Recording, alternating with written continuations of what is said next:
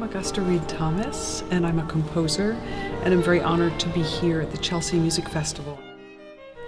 So when I was a very little girl, I used to lie underneath the piano and listen to sound and make up sounds and play the piano and start to think about what sound is. And then when I was quite young, I started making up little songs that were like a beat long, or something called Flower, or some little tiny thing, or 2 beats long. I've basically been addicted to music my entire life.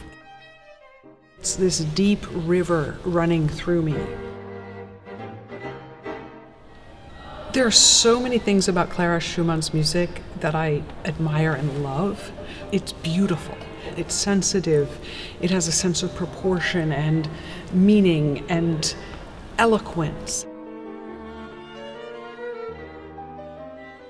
And I think that for myself, I feel that the best thing I can do is to try to write a really good piece. Just write a piece where I have sculpted all the nuances, cared for every dynamic, every bowing, and put it forth and dedicate it, to the festival and to Melinda and to Ken, but also to the memory and in honor of Clara Schumann.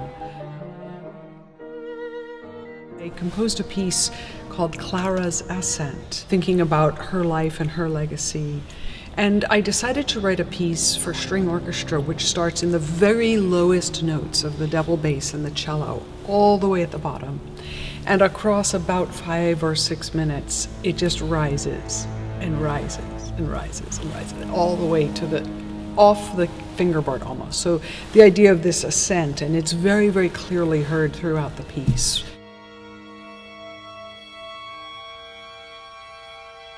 So whilst the cellos and the double basses are ever rising, the other 3 parts, violin, and viola, are playing, as it were, atmospheric in a way, what start as almost like clouds of harmony. But little by little, they become more and more contrapuntal. And little by little, the cellos start to get into their register, and there starts to be more of a contrapuntal and passionate exchange. And yet at the very, very end, the cellos just keep rising, as if they just rose above the high, high notes from the beginning that the other instruments were playing.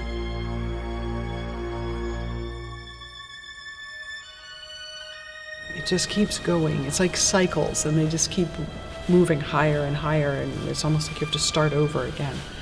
And the harmonic rhythm, as it's planned out very carefully in the piece, also enhances that sense. The harmonic rhythm slows down and you feel the timelessness, and then it tightens up, and then you feel the turmoil, and all of that's very, very carefully composed.